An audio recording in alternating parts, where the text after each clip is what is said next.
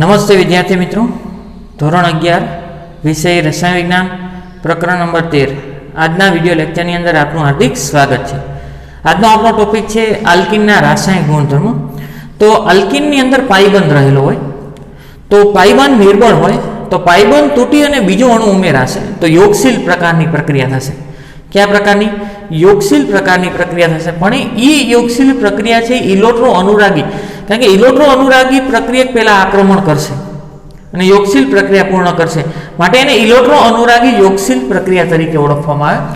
એની અંદર સૌ પ્રથમ ડાયહાઇડ્રોજનનું ઉમેરણ, ડાયહાઇડ્રોજન એટલે શું થાય? H2, ડાયહાઇડ્રોજન એટલે H2 એટલે કે રિડક્શન પ્રક્રિયા થશે। આ R CH double bond CH અને R, આને કહેવાય આલ્કીન। શું નામ થશે આનું? આલ્કીન। આલ્કીનની H2 સાથે પ્રક્રિયા કરું કોની હાજરીમાં? નિકલ ઉદ્દીપકની હાજરીમાં અથવા તો પ્લેટિનમ અથવા તો પેલેડિયમ ઉદ્દીપકની હાજરીમાં ગરમ કરવાનો છે। અહીંથી એક પાઇબંધ તૂટશે તો બે સંયોજકતા ખાલી પડશે, અહીંયા અને અહીંયા। તો અહીંયા એક હાઇડ્રોજન આ કાર્બન ઉપર ઉમેરાશે, એક હાઇડ્રોજન આ કાર્બન ઉપર ઉમેરાશે। તો આ રીતે CH CR CH single one CH અને આ R। आ कार्बन साथे 1 2 3 અને 4 બંધ છે, અહીંયા 4 છે, હવે 3 થયા, 1 2 ને 3 પણ એક પાઇબંધ તૂટ્યો, એક હાઇડ્રોજન અહીંયા ઉમેરણો, એક હાઇડ્રોજન અહીંયા ઉમેરણો, આનું નામ થાય આલ્કેન। શું નામ થશે? આલ્કેન। હવે ઉદાહરણ લઈ, દાખલા તરીકે ઇથિન લઈ, CH2 ડબલ બોન્ડ CH2, આનું નામ શું થાય? ઇથિન। सूक्ष्म विभाजित उद्दीपक, सूक्ष्म विभाजित એટલા માટે कि जो आना घन स्वरूप करता एनो जो पाउडर करवामां आवे तो संपर्क सपाटीनुं क्षेत्रफळ वधे, तेथी प्रक्रियानो वेग शुं थाय? वधे। निकल उद्दीपकनी हाजरीमां प्रक्रिया करो अथवा तो प्लेटिनम अथवा पेलेडियम उद्दीपकनी हाजरीमां गरम करवानुं छे, एथी पाइबंध तोड़ी नाखो, एक हाइड्रोजन आ कार्बन साथे एक अहींया। तो CH2 में हाइड्रोजन उमेरो એટલે CH3 डबल बंध ने बदले सिंगल बंध અને CH2 માં હાઇડ્રોજન નો ઉમેરો એટલે CH3। તો ઇથિન નું રૂપાંતર શેમાં થયું? ઇથેન। ઇથિન નું રૂપાંતર શેમાં થયું? ઇથેન। એવી રીતે પ્રોપેન હોય તો propane, CH3 CH double bond CH2, આનું નામ શું થાય? પ્રોપેન। શું નામ થશે? પ્રોપેન। પ્લસ H2 ડાયહાઇડ્રોજન નું ઉમેરણ, નિકલ ઉદ્દીપક, प्लेटिनम उद्दीपक अथवा पेलेडियम उद्दीपकनी हाजरीमां डेल्टा। અહીં પાઇબંધ તોડી નાખો, એક હાઇડ્રોજન અહીંયા ઉમેરાશે ને એક અહીંયા ઉમેરાશે।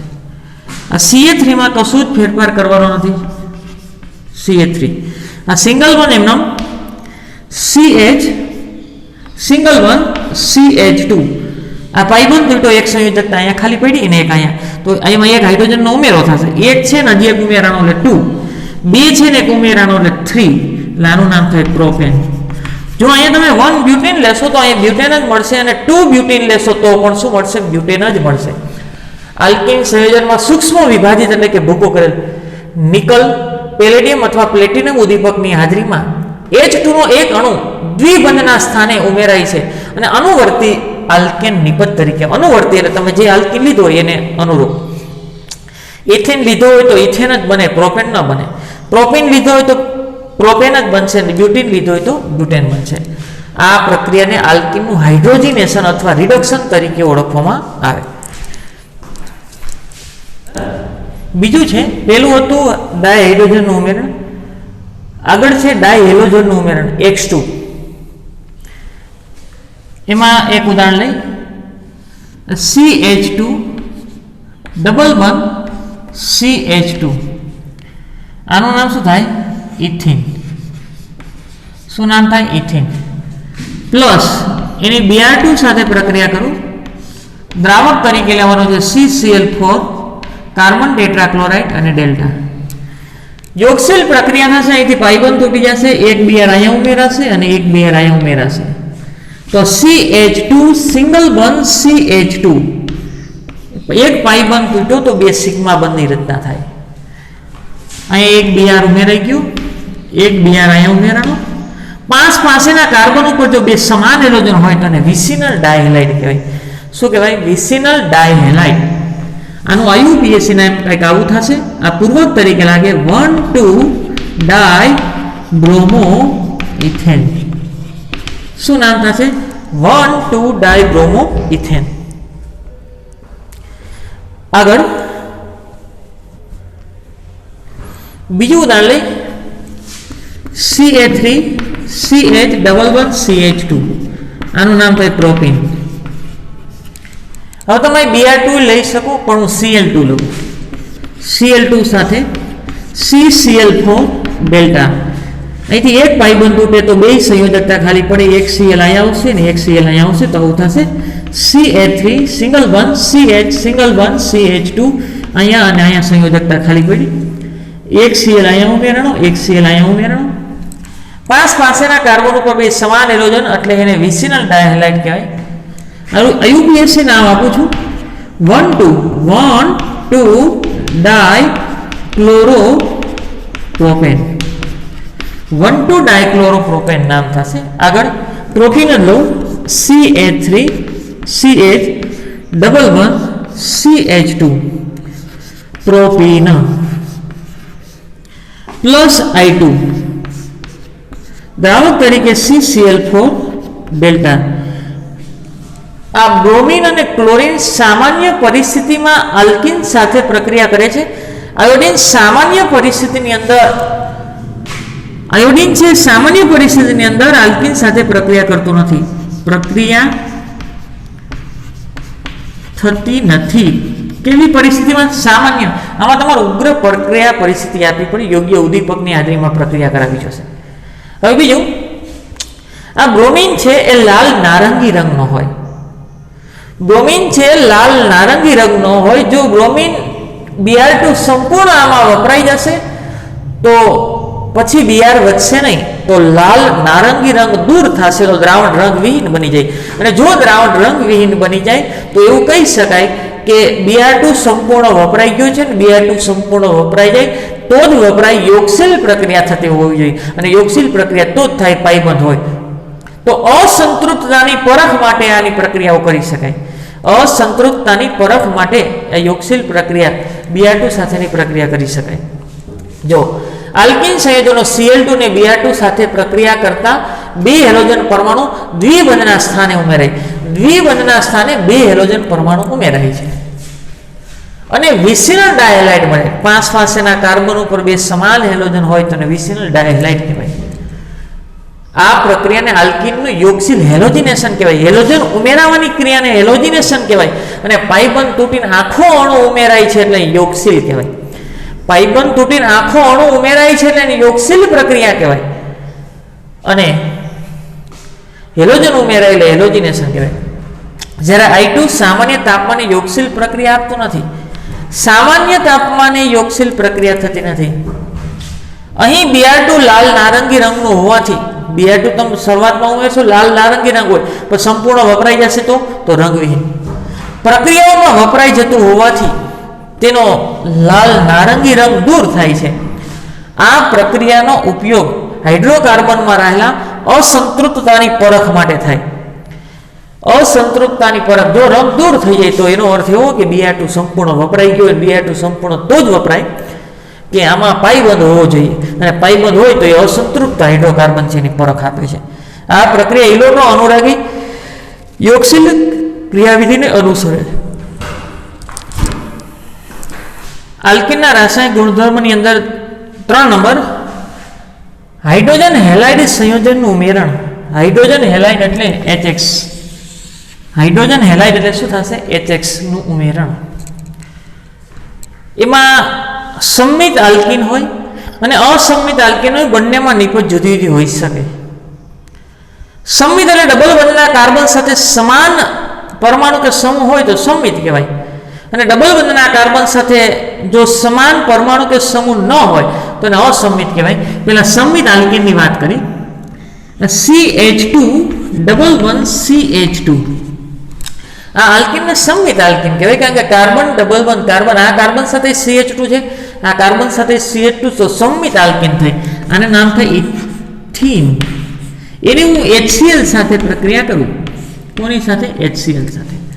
હવે જો આ સંમિત હોય ને તો હું Cl ને અહીંયા લખું કે અહીંયા લખું કોઈ નહીં ફેર પડે. Cl ને અહીંયા લખું ને તો 1 ક્લોરોઇથેન નિપજ મળશે અને કદાચ Cl ને અહીંયા લખું તો નંબર પેલો આપવો પડે એટલે 1 ક્લોરોઇથેન જ મળે. અહીંથી પાઇબંધ તોડી નાખું તો CH2 બે સંયોજકતા ખાલી પડી. હાઇડ્રોજનને હું અહીંયા મૂકી દઉં અને Cl ને અહીંયા મૂકી દઉં. હાઇડ્રોજનને અહીંયા મૂકી દઉં છું તો 3 થઈ જશે અને Cl ને અહીંયા મૂકી દઉં તો Cl 1 2 ક્લોરોઇથેન. શું મળ્યું? ક્લોરોઇથેન. આગળ કદાચ ક્લોરીન અહીં લખ્યું તો તોય 1 ક્લોરોઇથેન જ થાત એટલે સંમિત આલ્કેન થયું. CH3 CH ડબલ 1 CH અને CH3 આ આલ્કીનની સંમિત જ થયો. નામ થાય 1 2 3 અને 4 બ્યુટ ટ્વિન. શું નામ થશે? બ્યુટ ટ્વિન. એની હું HCl અથવા HBr સાથે પ્રક્રિયા કરું. કોની સાથે? HBr સાથે પ્રક્રિયા કરું. હવે જો કદાચ Br અહીંયા આવે ને પેલા જોઈ લે સંમિત છે કે નહીં. ડબલ બોન્ડના કાર્બન સાથે આ કાર્બન સાથે શું છે? એક H છે અને એક CH3 છે. આ કાર્બન સાથે એક H છે અને એક CH3 છે. તો ડબલ બોન્ડના કાર્બન સાથે પરમાણુ ને પરમાણુનો સમૂહ સમાન છે તો સંમિત છે.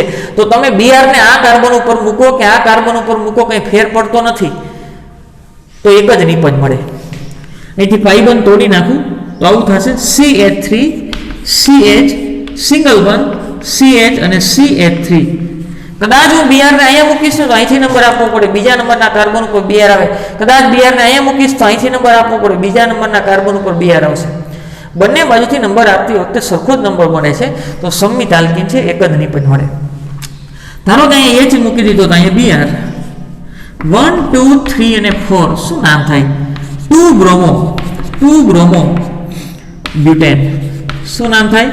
2 બ્રોમો બ્યુટેન. અહીં પાઇબંધ તૂટીને આખો અણુ ઉમેરાઈ ગયો છે. આ કાર્બન ઉપર Br ઉમેર્યું ને આ કાર્બન ઉપર H ઉમેર્યો. અહીં પાઇબંધ તૂટીને આખો અણુ ઉમેરાઈ ગયો છે એટલે આ પ્રક્રિયાને યોગશીલ પ્રક્રિયા કહેવાય. બીજું યાદ રાખો, જો માત્ર હાઇડ્રોજન ઉમેરાતો હોય તો હાઇડ્રોજિનેશન કહેવાય. માત્ર હેલોજન ઉમેરાતો હોય તો હેલોજિનેશન કહેવાય. અહીં હાઇડ્રોજન ને હેલોજન બંને એક સાથે ઉમેરાતા હોવાને કારણે હાઇડ્રોહેલોજિનેશન કહેવાય. આ પ્રક્રિયાને શું કહેવાશે? હાઇડ્રોહેલોજિનેશન. આલ્કીન સંયોજનમાં હાઇડ્રોજન હેલાઇડ અને HX તરીકે તમારે HCl લઈ શકો, HBr લઈ શકો અને HI અણુ ઉમેરાઈને અનુવર્તી આલ્કાઇલ હેલાઇડ આપે છે. આ ક્રિયાને આલ્કીનનું હાઇડ્રોહેલોજિનેશન કહેવાય. હાઇડ્રોજિનેશન નહીં પરંતુ હાઇડ્રોહેલોજિનેશન. આ પ્રક્રિયાને આલ્કીનનું હાઇડ્રોહેલોજિનેશન કહેવાય. હાઇડ્રોહેલોજિનેશન. હાઇડ્રોજન ને હેલોજન બે ઉમેરાતા હોવાને કારણે હવે આ HI હોય, HBr હોય ને HCl હોય તો કોની પ્રતિક્રિયાત્મકતા વધારે? આ જ પ્રક્રિયા તમે HCl લ્યો, HBr લ્યો, HI લ્યો, કોણ સરળતાથી પ્રક્રિયા કરે? એટલું યાદ રાખજો કે ક્લોરીન કરતા બ્રોમિન ને બ્રોમિન કરતા આયોડિનના કદ મોટા હોય અને કદ મોટા હોય ને તો આવું થાય. જો હાઇડ્રોજનનું કેન્દ્ર અને આ છે ને આયોડિનનું કેન્દ્ર, આ H અને આ I. પછી આ હાઇડ્રોજન છે અને એના કરતાં નાનો છે એ Br છે. આ હાઇડ્રોજનનું કેન્દ્ર, આ Brનું કેન્દ્ર. આ હાઇડ્રોજન છે અને આ Cl છે. આ હાઇડ્રોજનનું કેન્દ્ર અને આ Clનું કેન્દ્ર. જોજી આના કરતાં અહીંયા બંધ લંબાઈ વધારે છે, એના કરતાં અહીંયા બંધ લંબાઈ વધારે છે. જેમ બંધ લંબાઈ વધારે એમ બંધ નિર્બળ, અને બંધ નિર્બળ તો એ બંધને તોડવા માટે ઓછી ઊર્જાની જરૂર પડે તો એ બંધ સરળતાથી તૂટી જાય. તો HI વાળો બંધ સરળતાથી તૂટી જશે તો એ સરળતાથી પ્રક્રિયા કરે અને એની પ્રતિક્રિયાત્મકતા વધારે થાય. પ્રતિક્રિયાત્મકતા એટલે પ્રક્રિયા કરવાની ક્ષમતા. કોણ સરળતાથી કરી શકે? જેનો બંધ સહેલાઈથી તૂટી જાય. તો આ કદ મોટું છે તો બંધ લંબાઈ વધારે છે તો બંધ વિયોજન એન્થાલ્પી એટલે કે બંધને તોડવા માટે આપવી પડતી ઊર્જા ઓછી હોય તો આ બંધ સરળતાથી તૂટી જાય તો HI સરળતાથી પ્રક્રિયા કરી શકે. આ પ્રક્રિયા ઇલેક્ટ્રો અનુરાગી યોગશીલ ક્રિયાવિધિને અનુસરશે. આમાં ક્રિયાવિધિ આપણે જોશું આગળ. અહીં સંમિત અને અસંમિત બંને આલ્કીનથી જુદી જુદી નિપજ આપી શકે. આપણે સંમિતની નિપજ જોઈ, આગળ અસંમિતની નિપજ જોશું.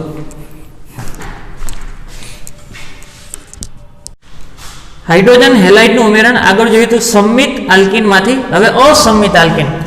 અસંમિત આલ્કીનમાં HBr ની યોગશીલ પ્રક્રિયા અથવા તો માર્કોનિકોવનો નિયમ સમજાવો. હવે અસંમિત હોય ને તો બે નિપજ મળે અને બેમાંથી એક મુખ્ય નિપજ હશે અને એક ગૌણ નિપજ હશે. દાખલા તરીકે આ CH3 CH ડબલ 1 CH2 આનું નામ થાય પ્રોપેન. શું નામ થાય? પ્રોપેન. એને હું HBr સાથે પ્રક્રિયા કરું HBr તો બે નિપજ મળવાની શક્યતા છે. બે નિપજ મળવાની શક્યતા છે. આ અસંમિત આલ્કીન છે કારણ કે આ કાર્બન સાથે બે CH2 છે ને આ કાર્બન સાથે H અને CH3 છે. કદાચ Br આ કાર્બન સાથે જોડાય, જો CH3 CH single 1 CH2 CH3 CH single 1 CH2 કદાચ Br આ કાર્બન સાથે જોડાય તો હાઇડ્રોજન આ કાર્બન સાથે જોડાય તો આનું નામ થાય 2 બ્રોમો પ્રોપેન. એવું જરૂર છે અત્યારે આપણને ખબર નથી કે ક્યાં જોડાશે, એટલે બે શક્યતા વિચારી છે પણ હકીકતમાં એક જ નિપજ હોય. કદાચ Br આ કાર્બન સાથે જોડાય તો હાઇડ્રોજન અહીંયા જોડાય 1 2 અને 3 તો આનું નામ થાય 1 બ્રોમો પ્રોપેન. બે નિપજ મળી પરંતુ માર્કોનિકોવના નિયમ અનુસાર એક જ નિપજ મળશે. એ કઈ નિપજ? એમાંથી એક ઝડપથી બનતી હોય એ મુખ્ય નિપજ કહેવાય, એનું પ્રમાણ વધારે હોય, અને એક ધીમે ધીમે બનતી હોય અને જે પાછળ રહી જશે એનો વેગ ઓછો હોય તો નિપજનું પ્રમાણ ઓછું હશે, એ ગૌણ નિપજ તરીકે.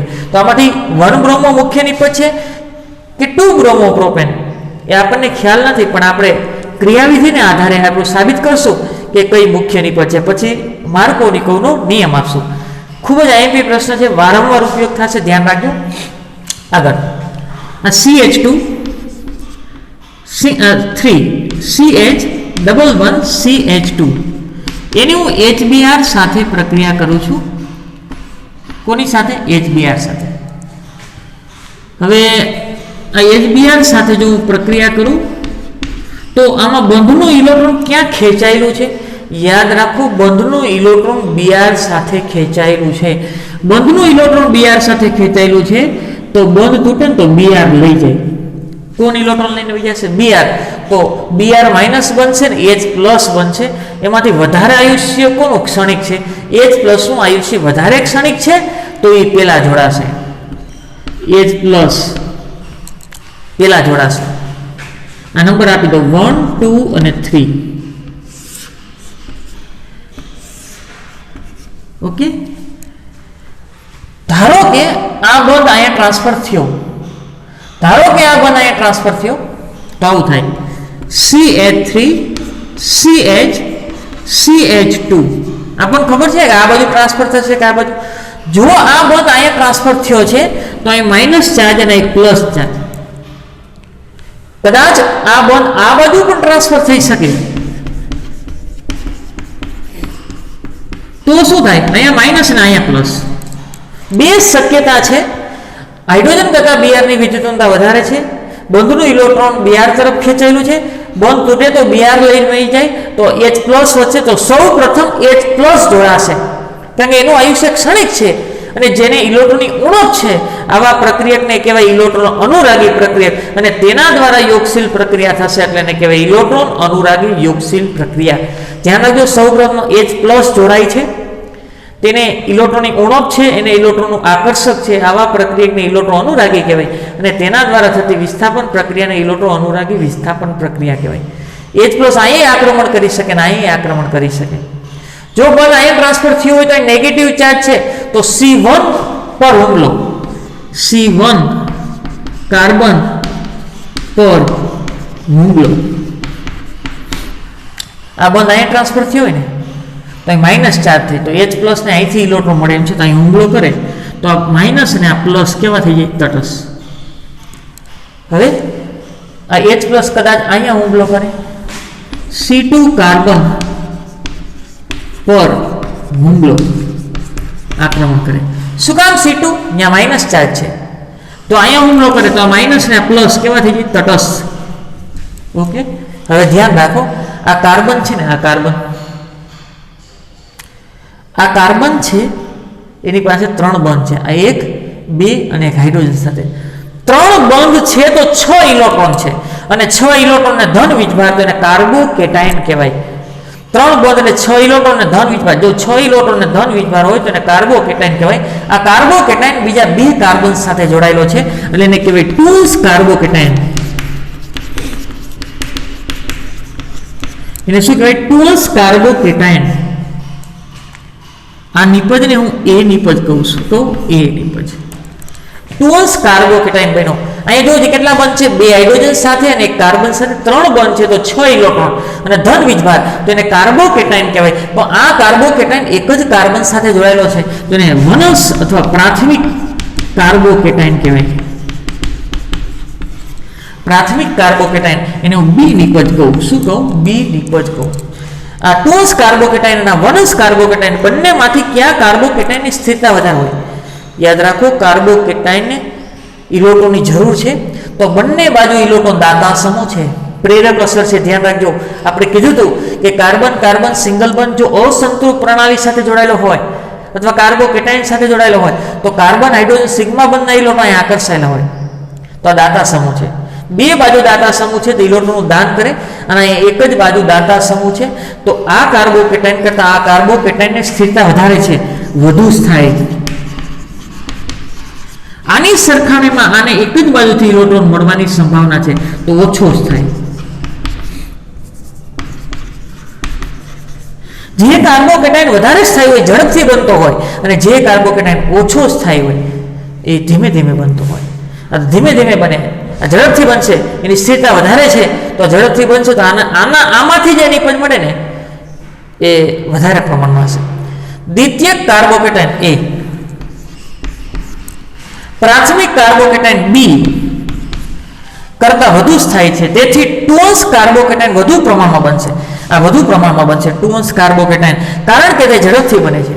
તો હવે આની વાર્તા કરી, આની વાર્તા કરતા નથી. હજી શું પડ્યું છે? Br માઇનસ અહીં પડ્યું છે. જો આ Br minus plus Br minus. હવે આમાંથી તમને મળશે નહીં, ગૌણ નિપજ મળશે, પણ આમાંથી મળશે મુખ્ય આ CH3, આ CH3, આ પ્લસ, બીજું બાજુમાં શું છે? Br minus. કાર્બોકેટાયન કયો છે? A પર Br માઇનસ હુમલો કરે અને અંતિમ નિપજ આપે છે. આ 2s કાર્બોકેટાયન, 2s કાર્બોકેટાયન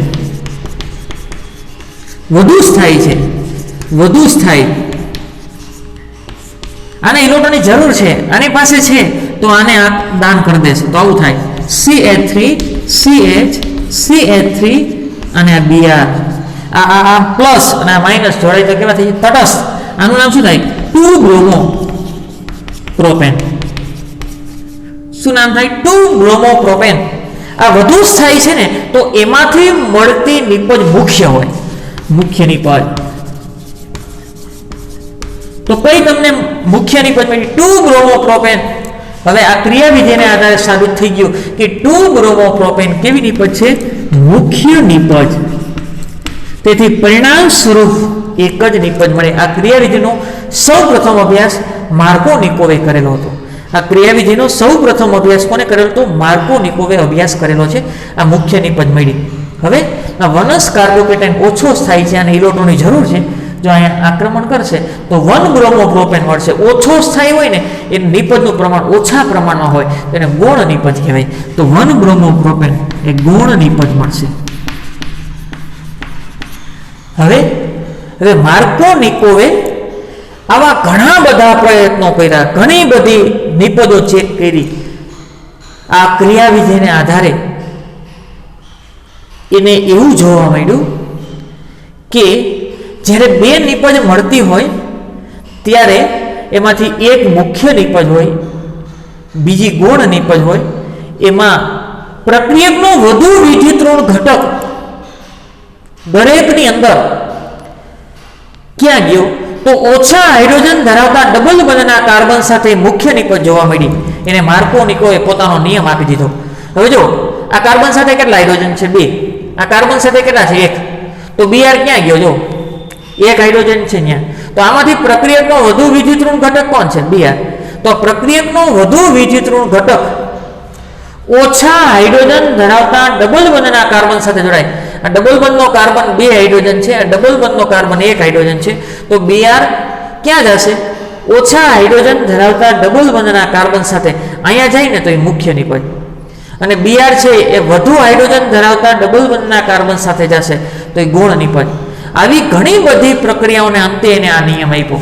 હવે આપણે તમે જો કોઈ આ સિવાયનું ઉદાહરણ લો અને ક્રિયાવિધિનો અભ્યાસ કરો ને અને તમે મુખ્ય નિપજ ચેક કરો ને તો હેલોજન છે ને એ જ નિયમ પ્રમાણે જ અનુસરશે. તમે પ્રયોગ કરશો, તમે ક્રિયાવિધિનો અભ્યાસ કરશો તો એ જ નિપજ મળશે, અથવા માર્કોનિકોવના નિયમ પ્રમાણે જો તમે ડાયરેક્ટ Br ને મૂકી દેશો તો પણ એ મુખ્ય નિપજ જ હશે.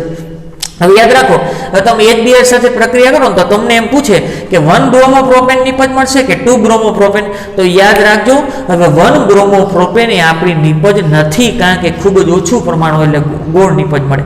તમારે શું કહેવાનું છે? 2 બ્રોમોપ્રોપેન એક જ નિપજ મળે છે.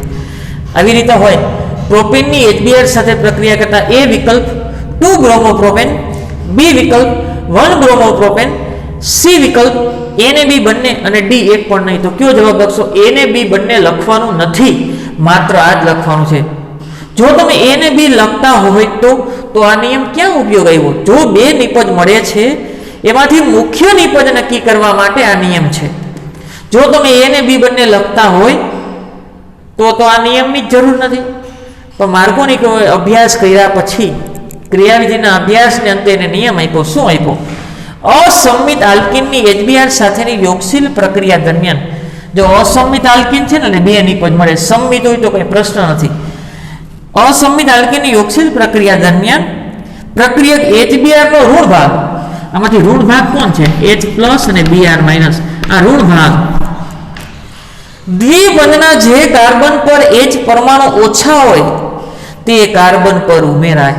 દ્વિબંધનો કાર્બન અહીંયા 2 હાઇડ્રોજન છે, દ્વિબંધનો કાર્બન અહીંયા 1 હાઇડ્રોજન છે. તો આ ક્યાં જોડાય? ઓછા હાઇડ્રોજન ધરાવતા ડબલ બંધના કાર્બન સાથે. એને શું કહેવાય? મુખ્ય નિપજ.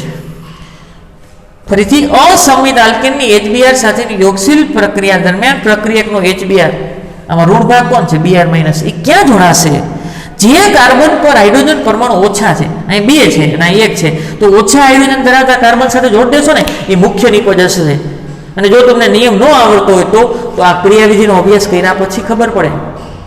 અહીંયા ધ્યાન રાખજો, જો તમે H+ અહીંયા જોડતા હોય ને તો અહીંયા કાર્બોકેટાઇન બને. C1 પર જો H+ હુમલો કરતો હોય તો અહીંયા કાર્બોકેટાઇન બનશે, અને C2 પર હુમલો કરતો હોય, આ H અહીંયા જોડાઈ જાય તો અહીંયા કાર્બોકેટાઇન બનશે 1s. આ બંનેમાંથી આ કાર્બોકેટાઇનની સ્થિરતા વધારે હોય, એટલે એ વધારે બનતો હોય તો નિપજનું પ્રમાણ વધારે હોય એટલે મુખ્ય નિપજ. અને સ્થિરતા ઓછી છે તો ઓછું બનતો હોય અને એમાંથી મળતી નિપજ ઓછા પ્રમાણમાં હોય એટલે એને ગુણ નિપજ તરીકે ઓળખવામાં આવે છે. પરિણામ સ્વરૂપ એક જ નિપજ છે 2 બ્રોમોપ્રોપેન. આગળ પ્રતિ માર્કોનિકો અથવા પેરોક્સાઇડ અસર અથવા તો ખરાશ અસર. અસંમિત આલ્કીનની HBr સાથેની પ્રક્રિયા. અસંમિત આલ્કીન CH3 CH ડબલ બંધ CH2, આનું નામ થાય પ્રોપીન. શું નામ થાય? પ્રોપીન. એની HBr સાથે પ્રક્રિયા કરું કોની હાજરીમાં? તો C6H5CO ક્વાઇટ O2, આને કહેવાય બેન્ઝોઇલ પેરોક્સાઇડ. Benzoyl peroxide. જો બેન્ઝોઇલ પેરોક્સાઇડની હાજરીમાં પ્રક્રિયા કરવામાં આવે તો અહીંયા માર્કોનિકોવના નિયમનું પાલન થતું નથી. માર્કોનિકોવનો નિયમ શું કહે છે? પ્રક્રિયકનો વધુ વિદ્યુતઋણ જ્યાં જશે કે જ્યાં ઓછા હાઇડ્રોજન ધરાવતો ડબલ બંધનો કાર્બન હોય. અહીંયા હાઇડ્રોજન છે એ વધુ વિદ્યુતઋણ પ્રક્રિયકનો વધુ વિદ્યુતઋણ ઘટક ક્યાં જશે?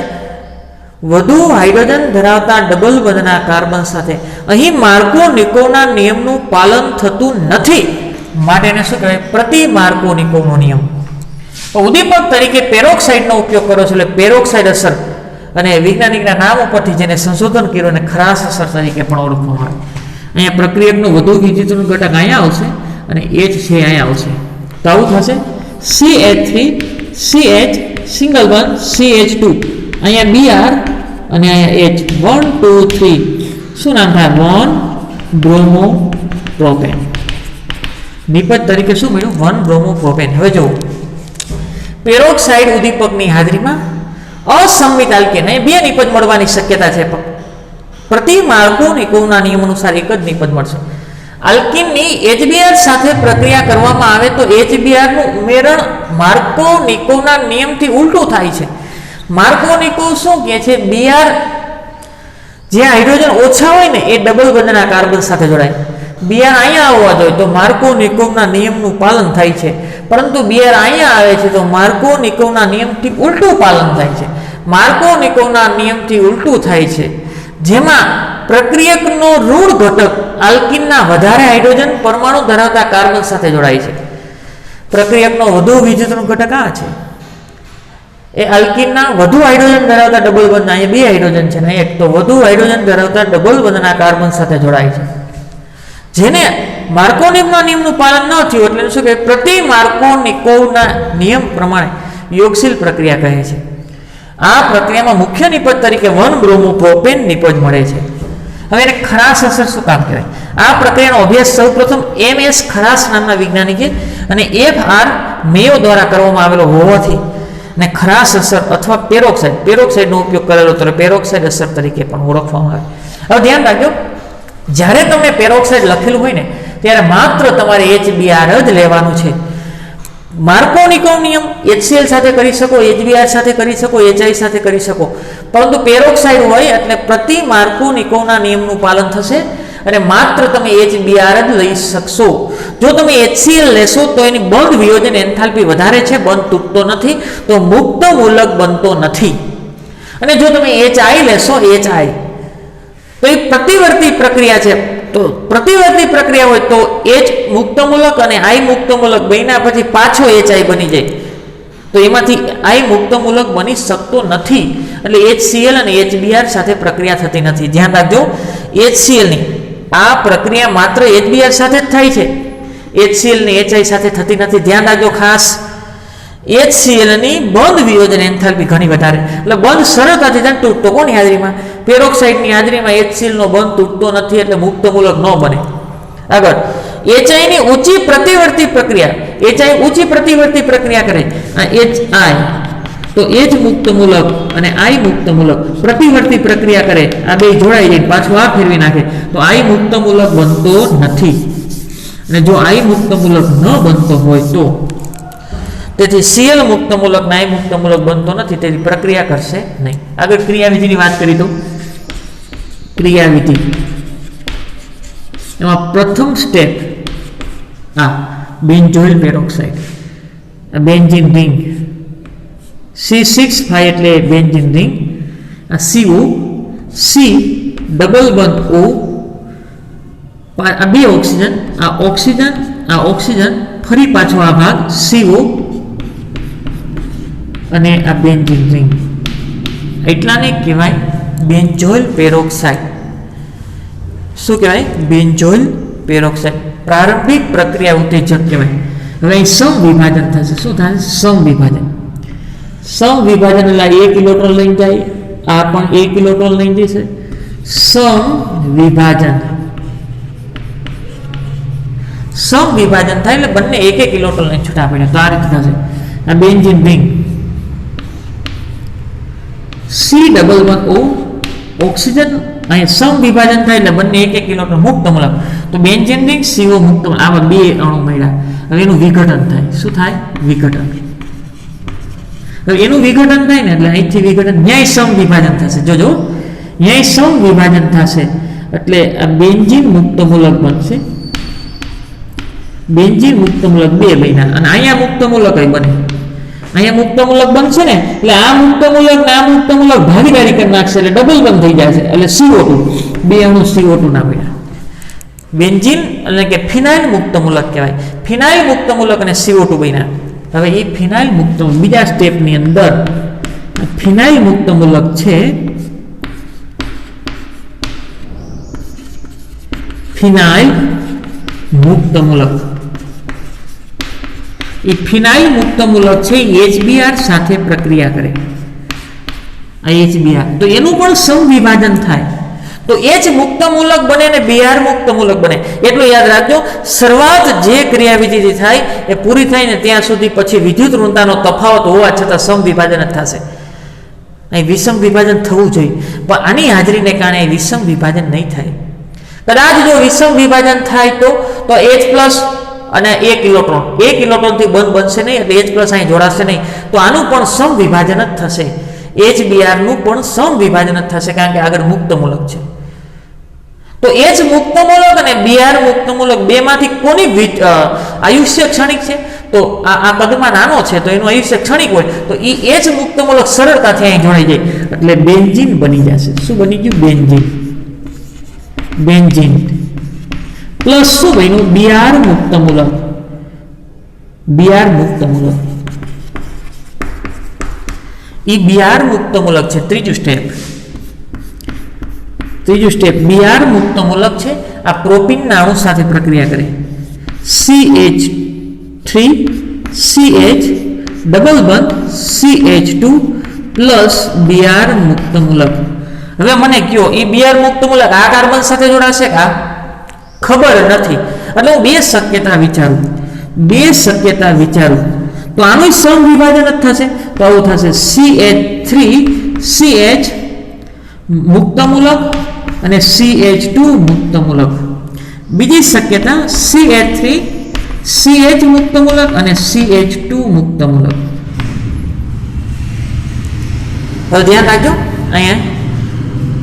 અહીંયા બંધ તૂટ્યો તો અહીંયા મુક્ત મૂલક બને, તો આ Br આ કાર્બન સાથે જોડાશે કે ખબર નહીં, તો બે શક્યતા વિચાર, કદાચ Br અહીંયા આવે તો આ મુક્ત મૂલક અને આ Br નો મુક્ત ઇલેક્ટ્રોનની ભાગીદારી કરી નાખી, ઇલેક્ટ્રોનની શું કરી નાખી? ભાગીદારી. કદાચ એ Br આ કાર્બન સાથે જોડાય તો એને ઇલેક્ટ્રોનની ભાગીદારી કરી નાખી, તો આ મુક્ત મૂલક બન્યો. આ મુક્ત મૂલક બે કાર્બન સાથે જોડાયેલો છે, આ મુક્ત મૂલક બે કાર્બન સાથે જોડાયેલો છે, એટલે એને ટોન્સ અથવા દ્વિતીયક મુક્ત મૂલક કહેવાય. શું કહેવાય? દ્વિતીયક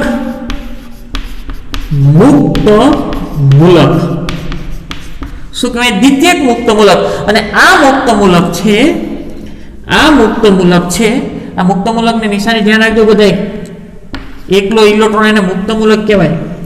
આ મુક્ત મૂલક એક કાર્બન સાથે જોડાયેલો છે અને એને પ્રાથમિક મુક્ત મૂલક કહેવાય.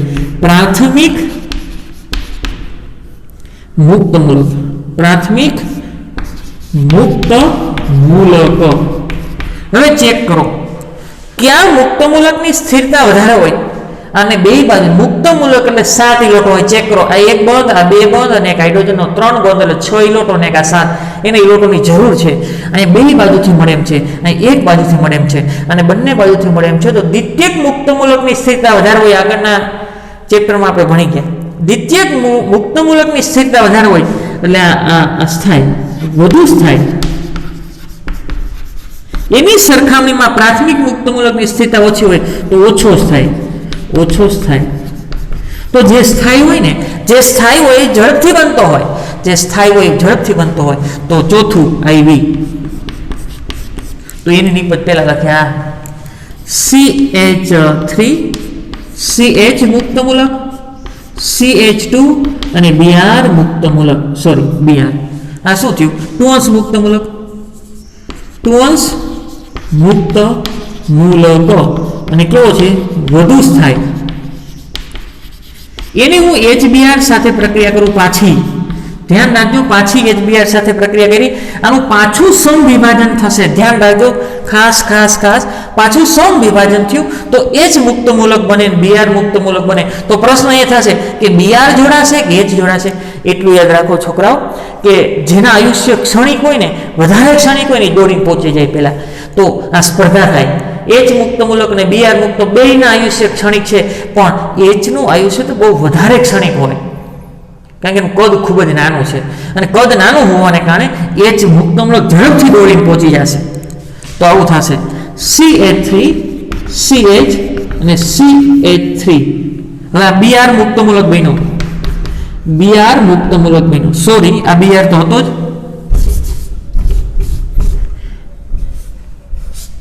આ Br હતો અને બીજો નવો Br મુક્ત મૂલક બન્યો. અહીંથી Br મુક્ત મૂલક બન્યો. આ H મુક્ત મૂલક અને આ કાર્બન મુક્ત મૂલક જોડાઈ જશે. એટલે H મુક્ત મૂલક ને કાર્બન મુક્ત મૂલક, આ H મુક્ત મૂલક આ કાર્બન મુક્ત મૂલક જોડાઈ ગયો H2. તો આનું નામ શું થયું? 1 2 3 1 બ્રોમો પ્રોપેન. શું મળ્યું? 1 બ્રોમો પ્રોપેન. આગળનું ચેક કરો, આ વધુ સ્થાયી છે. શું કામ? આ વધારે પ્રમાણમાં બનતું હોય, વધારે સ્થાયી હોવાને કારણે તો એમાંથી બનતી નિપજ વધારે જ હોય, તો એ મુખ્ય કહેવાય, મુખ્ય નિપજ. તો ચેક કરો, 1 બ્રોમો પ્રોપેન તમારી મુખ્ય નિપજ સાબિત થઈ ગઈ. 1 બ્રોમો પ્રોપેન મુખ્ય નિપજ. અને એમાં Br આવ્યો ક્યાં? ડબલ બંધના કાર્બન સાથે વધારે હાઇડ્રોજન છે અહીંયા આવ્યો કે ઓછા હાઇડ્રોજન સાથે? તો વધુ હાઇડ્રોજન સાથે આવ્યો, તો માર્કોનિકોવના નિયમનું પાલન ન થયું, માટે એને શું કહેવાય? પ્રતિ માર્કોનિકોવનો નિયમ. અને પાંચમું, હવે આ ઓછો સ્થાયી છે ને એને નિપજ લખી જોઈ. આ CH3 CH Br અને CH2 મુક્ત મૂલક, આ વનંશ મુક્ત મૂલક એ ઓછો સ્થાયી છે. ઓછો સ્થાયી, ઓછો સ્થાયી તો ઓછું પ્રમાણ બન્યું હોય એને હું HBr સાથે પ્રક્રિયા કરું તો એનું પણ સમવિભાજન થશે. H મુક્ત મૂલક બને, Br મુક્ત મૂલક બને, પણ આનું આયુષ્ય ક્ષણિક હોય અને ઝડપથી દોડીને પહોંચી જશે. તો આવું થાય. આ CH3 આ CH Br આ CH2 માં હાઇડ્રોજનનો ઉમેરેલો CH3 અને Br મુક્ત મૂલક. આનું નામ 2 બ્રોમો પ્રોપેન. 2 bromo propane. આ ઓછો સ્થાયી છે, કારણ ઓછું બન્યું હોય તો આ ઓછું બન્યું હોય તો આ ગૌણ નિપજ થઈ. ગૌણ એ નિપજ કેવી થશે? ગૌણ નિપજ.